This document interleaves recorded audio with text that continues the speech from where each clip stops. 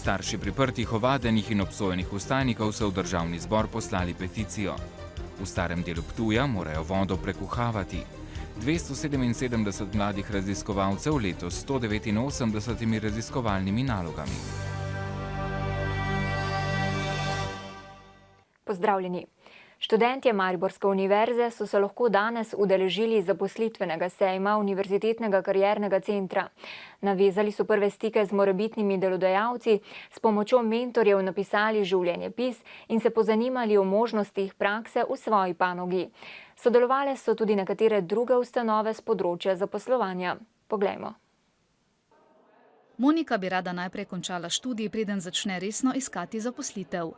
Težko bom dobila, zato si še zaenkrat tudi nič ne ogledujem. Bom najprej diplomirala, pa se bom pol osredotočila na iskanje zaposlitve. Že veliko prej lahko zveš, kaj se išče. In s prve roke. Tudi ono. Že iščete službo, recimo, že se malo razmišljate? Zaenkrat še ne. Sem v taki smeri, da je težje kaj najti. Mislim, da je večinoma vse prek vez. Taki dogodki so priložnost tudi za delodajalce, ki iščejo specifične profile. Podružnica logističnega nemškega podjetja v Mariboru, kjer je zaposlenih 80 oseb, se bo v kratkem širila. Tukaj iščemo nove kadre na tehničnem področju, to se pravi mehanike, elektrotehnike, IT. V bistvu smo s takšnim namenom prišli, zato ker iščemo kadre, ki jih bomo izšolali. Študenti so v karierni kliniki preverili, kako dobro znajo spisati življenjepise in se ponuditi na trgu dela. Omogočili pa so jim tudi, da so se v 3 minutah čim bolje govorno predstavili delodajalcem. Gre za to, da krepijo veščine in da nekako dobijo občutek za to, kako poteka zaposlitveni razgovor in kako pomembno je, da so res dobro pripravljeni. Želimo jih opomniti, da naj ne izgubijo priložnosti za zaposlitev zgolj zato, ker so bili nepripravljeni. Velikokrat mladi rečejo, da nimajo delovnih izkušenj, ko pa se na kratko pogovorimo z njimi, ugotovimo, da je vrsto del in aktivnosti, ki so jih že delali, pa se ne zavedajo, da življenjepis lahko navedejo kot delovna izkušnja. Ker je prav med mladimi, ki iščejo prvo zaposlitev, visoka stopnja brezposelnosti, so pripravili tudi okroglo mizo o tem, kako čim bolj uspešno začeti samostojno poklicno pot. V javnosti pa še zmeraj odmeva nedavno zaslišanje znanih Mariborčanov, ki so zaradi anonimnega pisma morali stopiti pred parlamentarno komisijo za ugotovitev in oceno delovanja ekstremističnih skupin. Po navedbah v pismu naj bi bili namreč hujskači kazensko ovadenih vstajnikov. Danes so se oglasile tudi matere ovadenih fantov, ki zanikajo, da bi bile avtorice anonimke. Zaradi zlorabe svojih imen v pismu so na predsednika državnega zbora naslovile peticijo, hkrati pa zahtevajo, da se zoper odgovorne sproži preiskava. V nasprotju s piscem anonimke, tako matere pridržanih, priprtih in kazensko ovadenih fantov, imamo obraz in močno so prizadete, da so jim po težkem sodnem procesu njihovih sinov zdaj prisodili še pisanje anonimnega pisma. Moram priznati, da kaj takega nam ne bi padlo niti na pamet, na kraj pameti ne. Sploh pa ni to, da bi te znane Mariborčane nekako mi obsodili, da so oni hujskali naše fante. Naši fantje so toliko prestrašeni, da ne upajo govoriti, da ne upajo v javnost, ker ne vejo, kaj jih čaka. Tone Partlič, zaslišan pred parlamentarno komisijo, pa je prepričan, govorica v anonimnem pismu ni govorica čustveno prizadetih staršev, ampak gre za politično-policijski spis. Na nek način bi nas radi in prestrašili in povedali, da če mu bomo karkoli rekli, bomo pravzaprav ekstremisti. In od tistih 3 ur, ki sem jih tam sedel, je bilo 2 uri in pol nedvomno njihovih protokolarnih prepirov. Ampak naj povem zelo jasno, mnogi tukaj se ne moremo znebiti vtisa, da so bili pripori, da so bili priprtja, aretacije 3. decembra 2012 montirani, tako ali drugače. In mnogi se ne moremo znebiti vtisa, da so tudi ti sodni postopki montirani. O tem ves čas govorimo. V peticiji zato zahtevajo, da se vprašanje vstaj vrne na politično mizo. Da se v parlamentu v okviru ustreznega delovnega telesa sproži preiskava v ozadju teh kršitev in sicer zahtevamo, da se stvar odpre na komisiji za peticije in človekove pravice in prav tako na preiskovalni komisiji za ugotovitev in oceno delovanja ekstremističnih skupin. Ob tem pričakujejo, da se zaradi kršitev policijskih in sodnih postopkov pred preiskovalno komisijo zasliši tedanjega notranjega ministra Vinka Gorenaka, generalnega direktorja policije Stanislava Venigerja in kriminalista Zorana Cunka. Komunalno podjetje Ptuj svojim uporabnikom sporoča, da morajo zaradi vzdrževalnih del vodo do jutri preventivno prekuhavati. Na Ptuju sicer že od začetka marca prenavljajo vodovodno in kanalizacijsko omrežje. Dela bodo trajala še predvidoma 14 dni. Ptujsko mestno jedro je v teh dneh skorajda neprepoznavno. Ulice so prekopane. Delavci polagajo novo vodovodno in kanalizacijsko omrežje. Do jutri je treba pitno vodo prekuhavati. Slišali pa ste za to? Ja, po radiju, ja. Ne, nisem kaj dosti, ker imam neke druge obveznosti, pa se s tem glih ne ukvarjam. Smo dali tudi ukrep prekuhavanja vode, namreč iz preventivnega razloga. Pri tako obsežnih prevezavah bi lahko prišlo do minimalnih mogočih bakterijskih vnosov. Z deli so začeli v začetku marca in bodo trajala še najmanj 14 dni. Vrednost je ocenjena na 120.000 evrov. Naslednji teden, ne vem točno kateri dan, bo na določenih ulicah spet omejena dobava vode, bomo pa pravočasno prebivalce obvestili na kraju na običajen način. V redu delajo to, ne? Obnovili bodo lepo Ptuj, verjetno bo to onako moderno urejeno bolj, ne?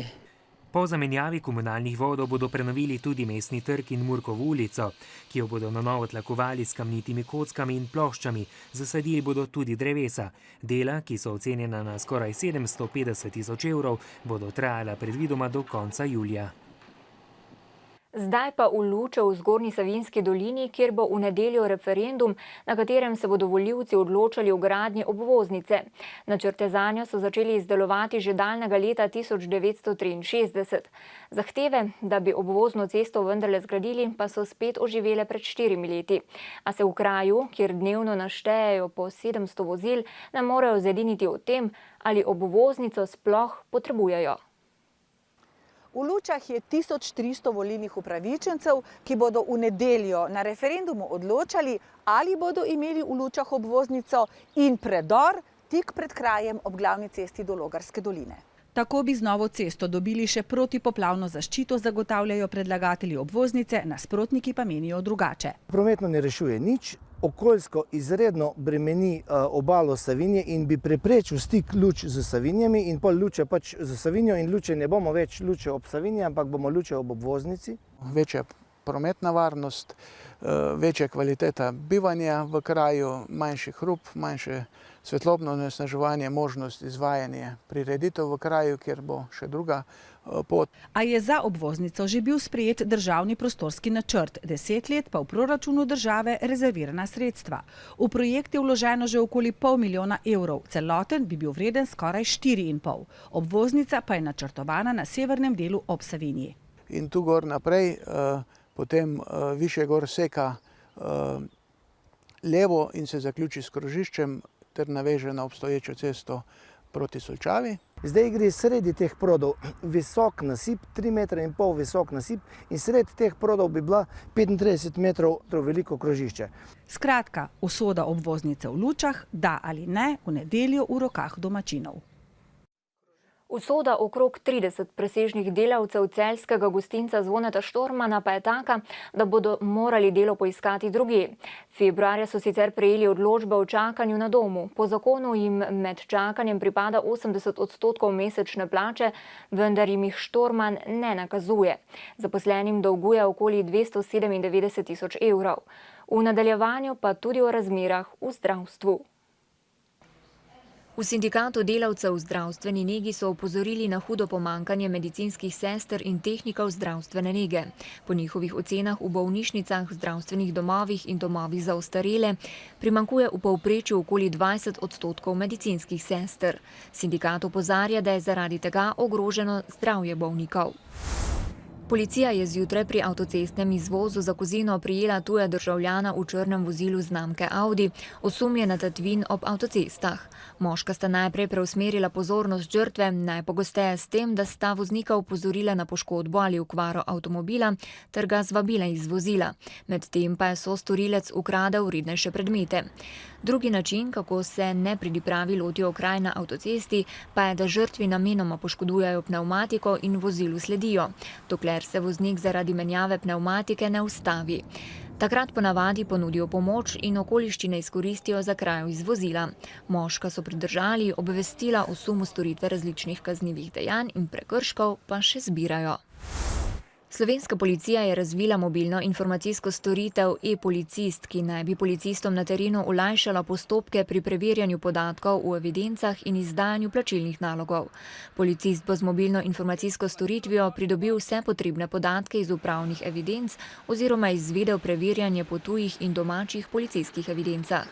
Storitev so razvili v sodelovanju s slovensko podružnico Microsofta in njenimi partnerji. V kratkem jo bodo poslali v 3-mesečno testiranje. Mariborski osnovnošolci in dijaki so tudi letos raziskovali in iskali rešitve, s katerimi bi izboljšali kakovost življenja v mestu.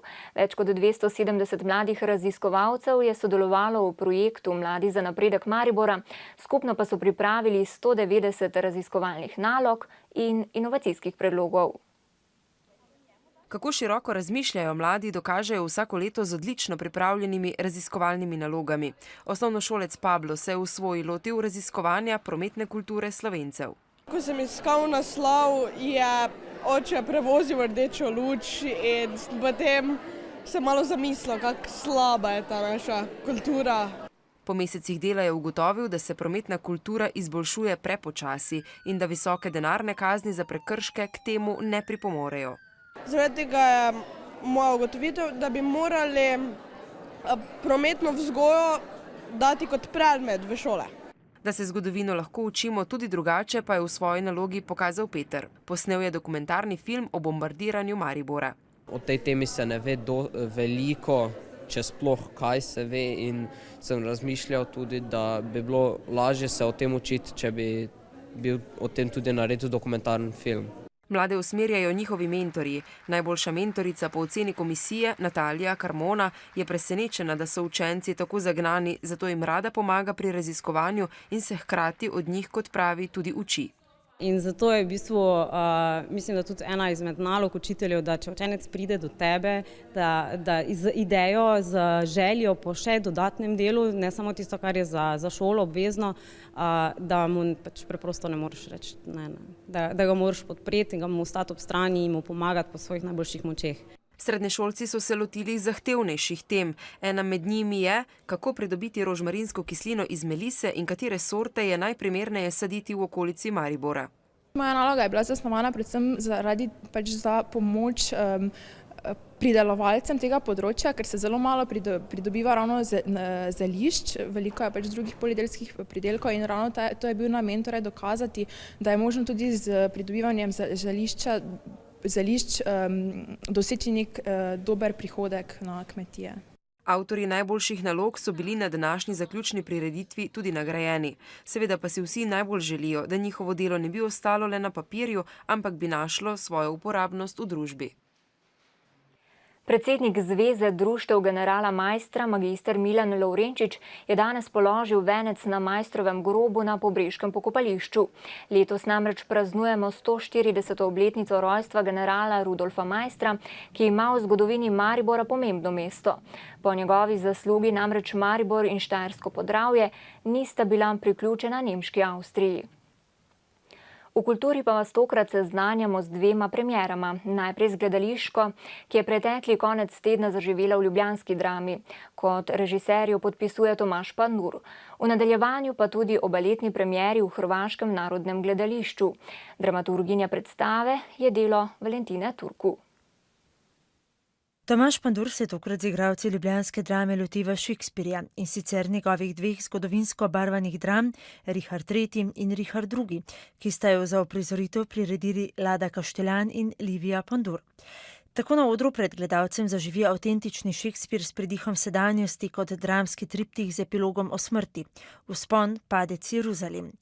V naslovnih vlogah nastopata odlična Branko Šturbe in Saša Tabaković. Pandur poudarja, da je igralska zasedba izjemna. V njej ob Ratku Poliču kot kralju nastopajo še Jernej Šugman, Alojz Svete, Silva Čušin in številni drugi. Za glasbo in sceno sta poskrbela dua Silence in Numen. Video, ki predstavi daje še dodatno globino, pa je zasnoval Dorian Kolundžija. Nesmrtni Tolstojev roman Ana Karenina je tokrat nagovoril tudi priznano koreografinjo Valentino Turku. Turkojeva je za balet HNK pripravila scensko adaptacijo romana in poskrbila za dramaturgijo. V sodelovanju s prav tako uveljavljenim in priznanim koreografom Leom Mujičem, pa tudi za avtorski glasbeni koncept baleta. Glasbo za balet je sicer skomponiral Čajkovski. Naslovno vlogo Ane Karenine odpliše prvakinja baleta HNK Edina Pličanič. Grof Karenin je Guillermo Gamero Alves, ljubimec Vronski pa Tamaž Daraj. Za kostumografijo je poskrbel znani slovenski kostumograf Alan Hranitelj. V Pokrajinskem muzeju Maribor pa so včeraj predstavili razstavni program in projekte muzeja do konca leta s poudarkom na prihajajočem majskem mesecu mode. Ob tem pa so odprli manj običajno, a zanimivo razstavo športne olimpijske kolekcije Soči 2014, ki vabi k ogledu vse do konca avgusta.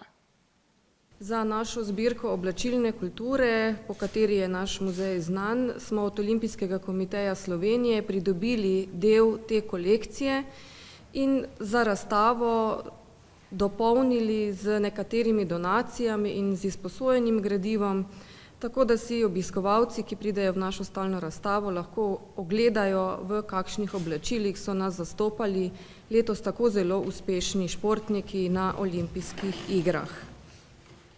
Tudi naš najuspešnejši bokser Dejan Zavec na svetovni lestvici na 34. mestu se po poškodbi roke že pripravlja na 38. profesionalni dvoboj. V kratkem bo zato odpotoval v Združene države, kjer se bo poskušal za soočenje dogovoriti s katerim od boljših bokserjev velterske kategorije. Sprehod Dejana Zavca po Ptuju. Še vedno ga ustavijo, prosijo za fotografiranje ali avtogram, a takšne euforije, kot je bila včasih, ne čuti več. Nisem več tako podrobno gledal in bom rekel, da mi to zelo odgovarja, kajti ni potrebno vedno znova paziti na vsaki korak. Potem, ko je zaradi operacije zapestja izgubil 2 meseca, je zdaj 100% pozornost pri treningih. Bolečin ni več. Pomemben del treningov so tudi vaje za moč. Na takšen in drugačen način. Ni tako lahko, kot je bilo, ampak vendarle vse v pravi smeri, nekako se vrača ta psihofizična moč in vse skupaj, kot sem že omenil, gre proti tistemu cilju, ki sem si ga zadal. Možnosti je več. Zavec bi najraje spet v ZDA. Trenutno nima pogodbe z menedžerjem. Podrobnosti o njegovi 38. borbi pa naj bi bile znane v 2 ali 3 tednih. Stremim k temu, da grem naprej z nekimi dobrimi borci, odmevnejšimi borci, se pravi borci, ki nekaj pomenijo v svetu boksa, vse ostalo me seveda nekako ne zanima. Na skeptike se ne ozira. Trdno je odločen, da se znova poskusi povzpeti na vrh. Ko bom pa občutil na svojem telesu, na sebi, na rezultatih, na dejstvih, da to več ni to, bom pa to tudi iskreno povedal, vendar sem mnenja, da če nič ne daš, ne moreš nič dobiti. Enkrat kasneje bi bil menedžer, trener je že zdaj. Njegovi boksarji so ta vikend nastopali na državnem prvenstvu. Pri mednarodnih novicah smo, računalniški strokovnjaki so odkrili resno napako v priljubljenem mehanizmu za šifriranje internetnega prometa. Napaka hekerjem omogoča, da brez težav preberejo sicer šifrirane podatke, ki se pretakajo med strežnikom in napravo uporabnika. Napaka v mehanizmu naj bi neopažena obstajala že več kot 2 leti. Zdaj pa v Grčijo. V Grčiji danes na poziv obeh največjih sindikatov iz zasebnega in javnega sektorja poteka splošna stavka v znak protesta proti novi reformi dela, ki jo od grških oblasti zahtevajo mednarodni posojilodajalci in po kateri bi do konca leta delo izgubilo najmanj 11.000 javnih uslužbencev. Zaprti so tudi javni uradi, številne državne šole, v bolnišnicah zdravniki obravnavajo le nujne primere, lekarne so zaprte. Splošna stavka, ki je prva letos, je že prinesla motnje v javnem prometu. Iz Pireja ni danes proti otokom v Egejskem morju izplul noben trajekt, v Atenah pa ne vozijo številni vlaki in avtobusi. Španski parlament je v torek zavrnil katalonsko zahtevo za referendum o samostojnosti Katalonije, a vlada v Barceloni kljub oviram na poti vztraja pri načrtih in Katalonci naj bi na referendumu 9. novembra odgovarjali na vprašanje, ali naj Katalonija postane država in ali naj bo neodvisna. Katalonija ima okoli 7,5 milijona prebivalcev, v zadnjih letih pa se, podobno kot celotna Španija, sooča s hudo gospodarsko krizo in visoko brezposelnostjo. Katalonci so kljub razmeroma visoki stopnji avtonomije, ki jo imajo znotraj Španije, prepričani, da je za težave kriv tudi aktualni davčni sistem v Španiji. V iskanju izginulega malezijskega letala je avstralska ladja v torek vnovič zaznala signal črnih skrinjic. S tem se območje iskanja vse bolj oži in preiskovalci upajo, da bodo v nekaj dneh vendarle našli ostanke letala, ki naj bi 8. marca iz neznanega razloga strmoglavilo v Južnem Indijskem oceanu. Severnokorejski voditelj Kim Jong-un je bil vnovič izbran za voditelja države. Vrhovna ljudska skupščina ga je namreč po volitvah marca izvolila na položaj predsednika Komisije za nacionalno obrambo, ki mu daje najvišja možna pooblastila pri vodenju države. Kim je bil na položaj izvoljen z absolutno podporo in zaupanjem vseh, po izvolitvi pa so vsi poslanci in sodelujoči na seji izbruhnili v glasne vzklike hura ter mu izkazovali najvišjo slavo in čestitke. Legendarni avstralski plavalec Ian Thorpe po več operacijah rame najbrž nikoli več ne bo mogel plavati. Zdravstveno stanje 5-kratnega olimpijskega prvaka, ki je zaradi postoperativne infekcije končal na intenzivni negi v bolnišnici v Sydneyju, je po besedah njegovega agenta resno, a njegovo življenje ni ogroženo. V nocojšnji oddaji Tele-M, ki jo bo vodila Gabriela Milošič, pa o energetiki. Gabriela, pozdravljena. Kaj bodo glavni poudarki oddaje? Lep pozdrav iz osrednjega studia televizije Maribor. Nocoj bomo v oddaji Tele-M govorili o razmerah v energetskem sektorju, predvsem o elektrogospodarstvu in kaj bi morebitna privatizacija te izjemno pomembne panoge pomenila za gospodinjstva in industrijo. Izkušnje iz tujine kažejo, da se je po privatizaciji elektrogospodarstva cena elektrike dvignila, raven in zanesljivost oskrbe z energijo pa ne nujno. Tudi zato se za privatizacijo energetskega sektorja evropske države ne odločajo pogosto. Vabljeni v našo družbo. Začenjamo 5 minut čez 8. Hvala. Poglejmo še vremensko napoved. Jutri bo precej jasno, čez dan ponekod zmerno oblačno. Le izjemoma bo popoldne možna kakšna ploha. Jutro bo sveže. V noči na petek bo v vzhodnih in osrednjih krajih prehodno rahlo deževalo, v petek čez dan pa se bo delno zjasnilo. V soboto bo dopoldne še delno jasno, popoldne pa pretežno oblačno, občasno bo ponekod rahlo deževalo. Spoštovani, hvala za pozornost in znova nasvidenje v večernih novicah ob 20.